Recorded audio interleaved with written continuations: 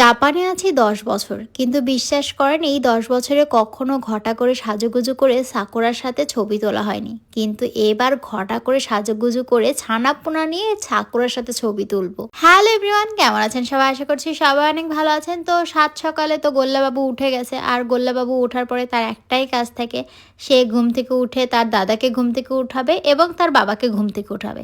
শুধু এটা তার কাজ না, যেদিন তার দাদা তাড়াতাড়ি ঘুম থেকে ওঠে সেদিন তার দাদা তাকে ঘুম থেকে উঠায়, তার বাবাকে ঘুম থেকে ওঠায়। আর আমার তো কোনো ঘুমের টাইম টেবিলই নাই, আমি তো সারাদিনই জেগে থাকি, সারা রাতই জেগে থাকি। আর আজকে বাহিরের ওয়েদারটা যে কি সুন্দর, সকালে ঘুম থেকে উঠেই মনটা বলছিল একটু সাজুগুজু করে ছবি তুলি।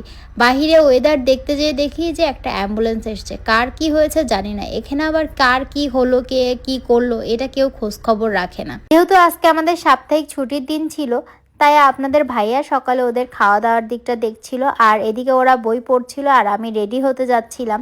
তো আজকে চলেন এই ড্রেস সম্পর্কে আপনাদেরকে একটু বলি। আমাদের মা ছেলের ড্রেসটা আমি নিয়েছি বাংলাদেশের অরিন্দিতা নামের একটা অনলাইন পেজ থেকে। আর এই ড্রেসটা ফুল কটনের উপর হাতের কাজ করা, আর এত আরামদায়ক, গরমের জন্য একদম পারফেক্ট। এই ড্রেসটা পার্সোনালি আমার খুব বেশি পছন্দ হয়েছে। তার কারণ হচ্ছে আমি একটু ঢিলাঢালা পরতে পছন্দ করি, প্লাস আমি যেহেতু গোল্লাকে এখনো বেস্ট ফিটিং করাই, তাই সামনে বোতাম থাকার জন্য আমার অনেক বেশি সুবিধা হয়েছে। এটা কিন্তু আমাদের গোল্লাবাবুর প্রথম শার্ট, সে কিন্তু ফার্স্ট টাইম শার্ট গায়ে দিল। কেমন লাগছে ওকে অবশ্যই জানাবেন। যেহেতু এদিকে ছেলেদের সাথে আমিও ম্যাচিং ম্যাচিং ড্রেস পরেছি, তাই চিন্তা করলাম যে একটু ভিডিও করি। কিন্তু এদিকে আমাদের সাত্বিক বাবুর মন তো খুবই খারাপ।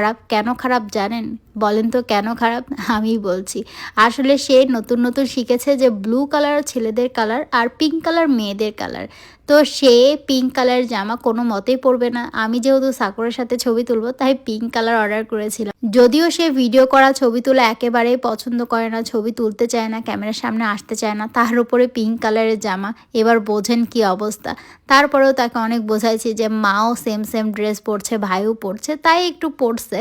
আলটিমেটলি তার মুডটা অফই ছিল, আর আমিও তাকে জোর করিনি। কিন্তু বাসায় আসার পরে তার মুডটা অনেক ভালো হয়ে গেছে। কারণ হচ্ছে যে ময়লা নিতে আসে তাকে সে প্রত্যেকদিন বাই বাই করে, আর তাকে দেখে তার মুডটা অনেক বেশি ভালো হয়ে গেছে।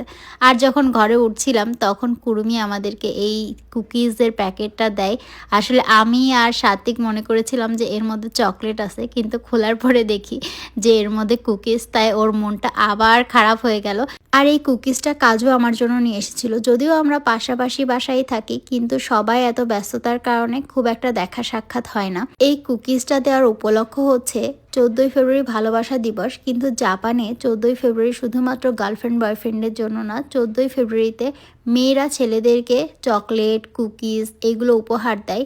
আর পরের মাসের মানে মে মাসের 14 তারিখে হোয়াইট ডে বলে, সেই ডেতে ছেলেরা মেয়েদেরকে উপহার দেয় চকলেট, কুকিজ কিংবা বিভিন্ন রকম গিফট। আর সেই হোয়াইট ডে উপলক্ষে কাজু আমার জন্য এই কুকিজটা এনেছিল। কিন্তু আমরা মা ছেলেরা মনে করেছিলাম যে এর মধ্যে মনে হয় চকলেট আছে। আসলে আমারই ভুল। আমি যেহেতু ছবি তোলার সময় সাত্বিক বাবুকে বলেছিলাম যে বাসায় গিয়ে চকলেট দেব, তাই সে ধরেই নিয়েছিল যে এর মধ্যে চকলেট আছে। আর এদিকে আমাদের গোল্লাবাবু নীরব দর্শক। তো কেমন লাগলো ভিডিওটা অবশ্যই কমেন্টসে জানাবেন।